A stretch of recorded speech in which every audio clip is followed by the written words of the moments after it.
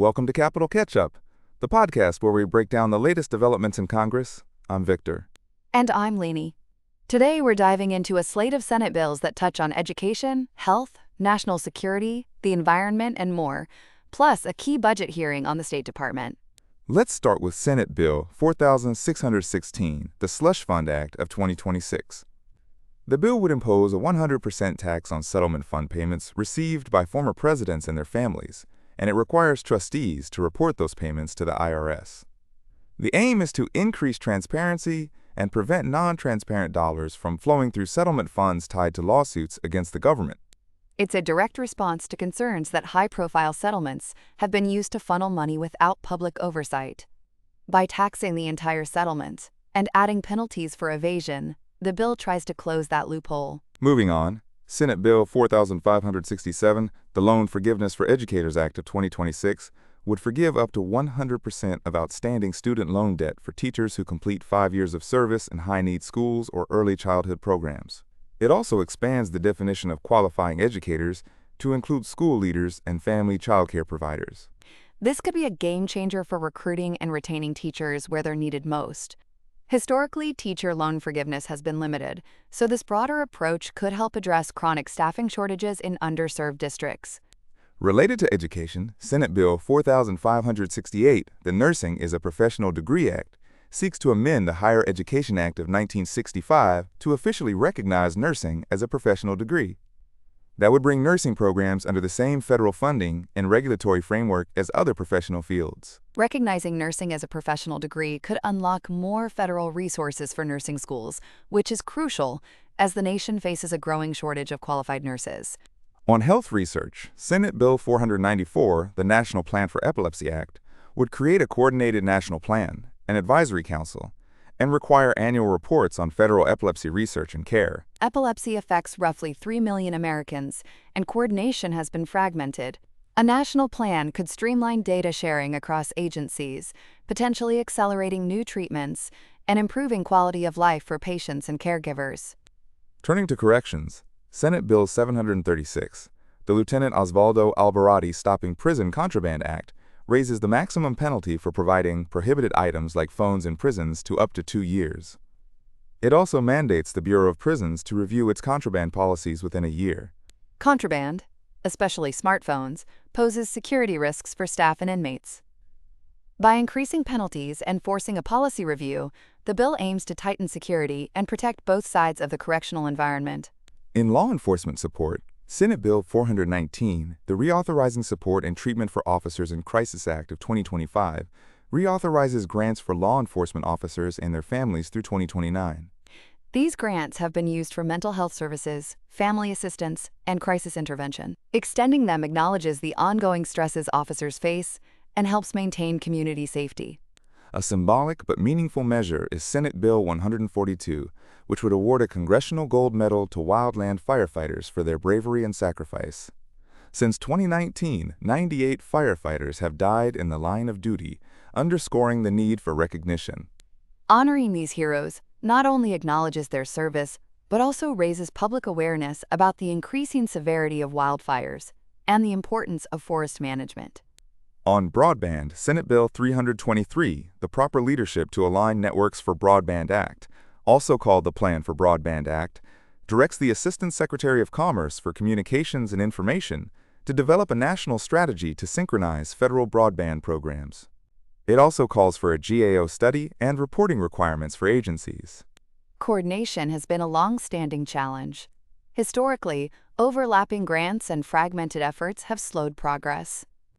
A unified strategy could reduce redundancy, lower costs, and accelerate high-speed internet access, especially in rural and underserved areas.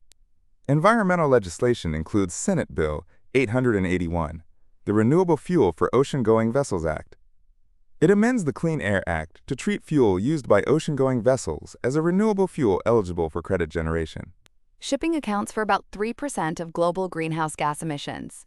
By extending renewable fuel credits to vessels, the bill incentivizes cleaner fuels and could help the maritime sector meet climate goals.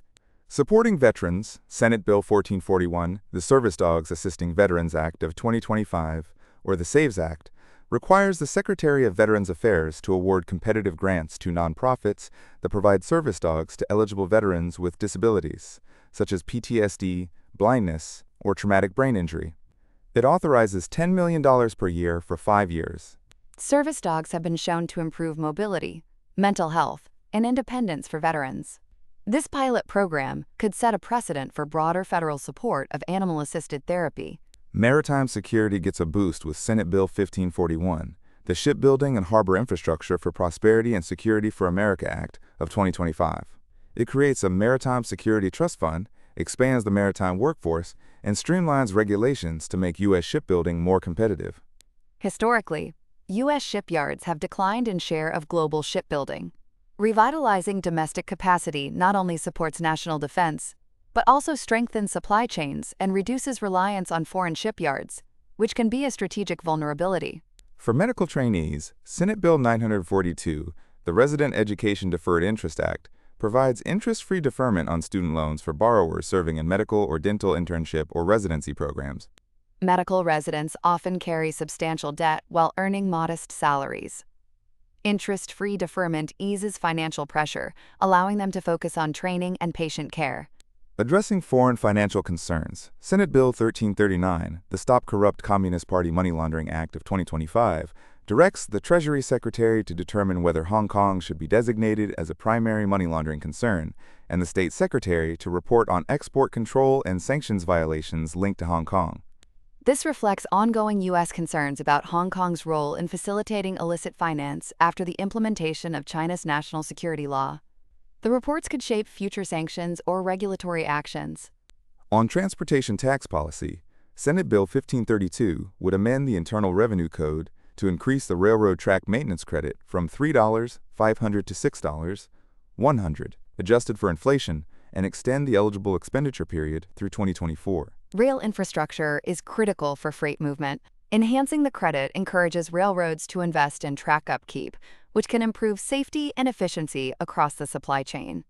Finally, Senate Bill 1814, the Supreme Court Ethics, Recusal, and Transparency Act of 2025, would require the Supreme Court to adopt a code of conduct for its justices, establish a judicial investigation panel for complaints, and mandate disclosure of gifts, income, and lobbying contacts.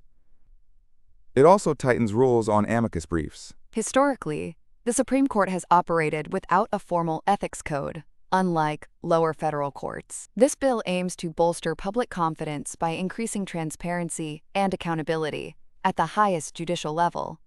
In addition to these bills, the House Appropriations Subcommittee on National Security, Department of State, and related programs is holding a budget hearing today, June 2nd, to review funding for the State Department and related programs.